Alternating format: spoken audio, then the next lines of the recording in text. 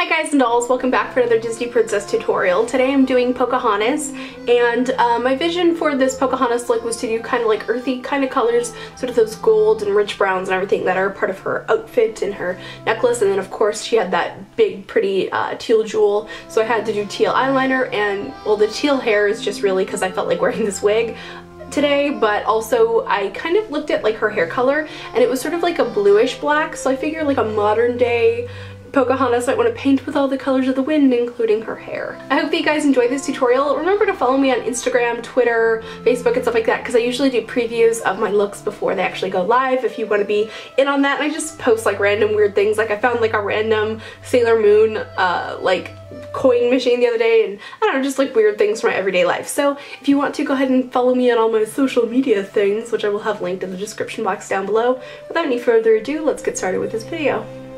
I'm starting my eyeshadow out with a primer. This is going to make my eyeshadows look as vibrant as possible and also prevent any kind of creasing or oiliness on the lids. All of the eyeshadows I'm going to use today are from Makeup Geek. This first one is called Cocoa Bear. It's a nice warm, almost like a burnt orange brown. By placing my brush down first in the outer corner, I'm going to get a greater color concentration in that portion, and then I'll blend over to the rest of the socket line to give me a nice color gradient. For blending today, I'm using sort of a dabbing motion to simply blur out the line. To further blend out this color, I'm taking Beaches and Cream, which is a really creamy, warm sort of peach color, and I'm placing that above where I have Cocoa Bear, so it just sort of fades it out. The next shadow I'm using is called Bitten. It's a lovely burgundy brown, and I'm placing that just in my deep crease, and I'm going to be blending that into Cocoa Bear so the two colors sort of mesh together and make this really rich red brown. I then wiped off my brush on a towel and just went over the whole area with a nice soft overall blending motion just to make everything super smooth. My next step with this makeup is to take a concealer brush and of course concealer and put that along my underbrow area just to clean up the shape and just give it a nice crisp and fresh look. Once I've placed the concealer, I then take a fluffy brush through and blend it together, and this will act as my highlight color, so I won't actually have to apply another eyeshadow there. My lid color today is called Glamorous, and it's a bronzy, almost orangey gold. It's so pretty and really pigmented. So I'm just placing that all over the lid, just patting it on, and then running my brush over it to smooth out the texture.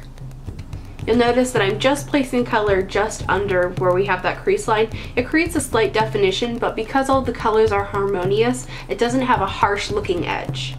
I'm using a gel liner and a small eyeliner brush just to feather some liner right up against my lash line and sort of wiggling it in right in between my lashes. I'm not trying to create a defined line, I'm just trying to get a little bit of color in between the lashes.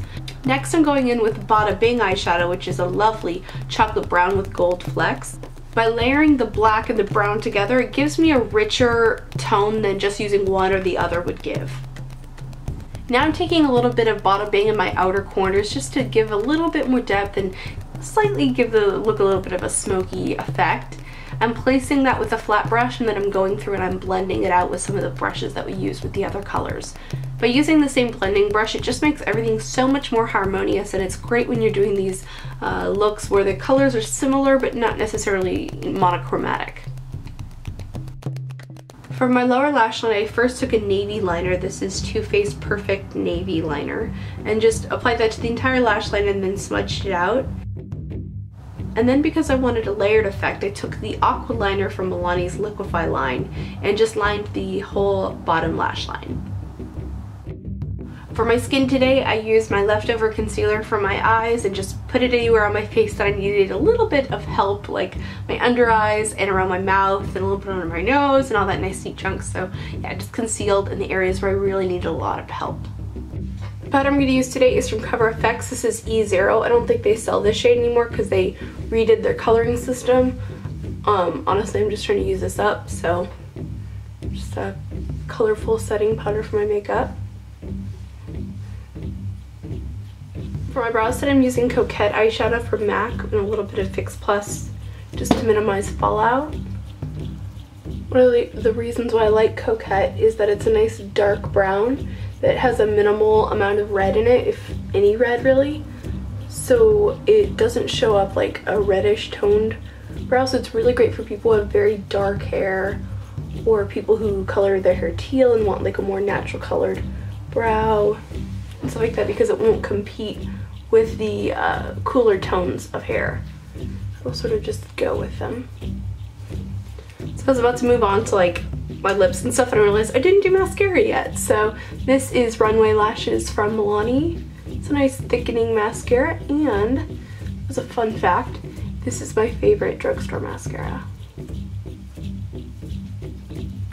Okay, going with the whole Pocahontas earthy vibe, I'm going to use a Amazonian clay blush from Tarte, and the shade of this is called Blushing Bride. It's a nice plum shade. It's going to go really well with the lipstick I chose. Then for lipstick today, I'm going to use Jordana in Grape, which is like a nice sort of like muted plum. Oh, it smells so good. I love the Jordana lipsticks because they smell like watermelon.